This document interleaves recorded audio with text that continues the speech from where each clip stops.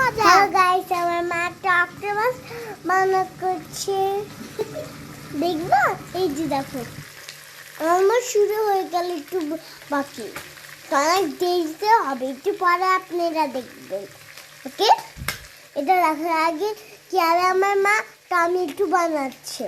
Tomato বানাচ্ছে মা, tomato কাটছে। ও, টমেটো কাটছে, এখন এখানে দিয়ে দিচ্ছে।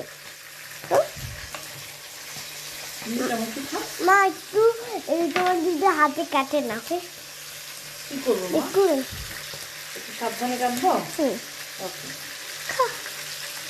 অনেক মজা হবে, একটু পরে রান্না করে দেখাবেন। ওকে, প্রথমে অক্টোপাসটাকে খুব ভালো করে পরিষ্কার করে নিয়েছি, দেন একটা পাত্রের মধ্যে গরম পানি দিয়ে নিয়েছি। এখানে পরিষ্কার করা অক্টোপাস দুইটা সিদ্ধ করে নিয়েছি। তারপরে যখন অনেক ভালোভাবে বলক উঠছিল কিছুক্ষণ, তখন আমি এর মধ্যে কিছু স্লাইস করা লেবু দিয়ে দিয়েছিলাম। কিছুক্ষণ ফুটানোর পরে পানিটা ফেলে দিয়ে আবার ভালোভাবে ধুয়ে নিয়েছি ঠান্ডা পানি দিয়ে। এরপরে অন্য একটি পাত্রে ঘি আর তেল দিয়ে সাথে আদা রসুনটা একটু ভেজে নিয়েছিলাম। তারপরে পেঁয়াজ আর অক্টোপাসটা দিয়ে ভালোভাবে ফ্রাই করে নিচ্ছিলাম। এরপরে দিয়ে নিলাম সয়া সস, আবারও ভালো করে নেড়ে নিচ্ছিলাম। করছি তো তোমাদের জন্য, তোমরা অনেক পছন্দ করো তো এই জন্য।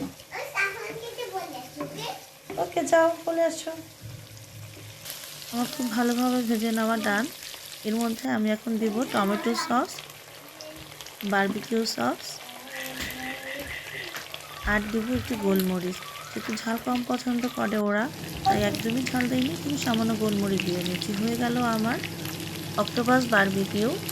আলহামদুলিল্লাহ অনেক মজা হয়েছে, সবাই অনেক পছন্দ করেছে। Thanks for watching, like and subscribe, big thumbs up.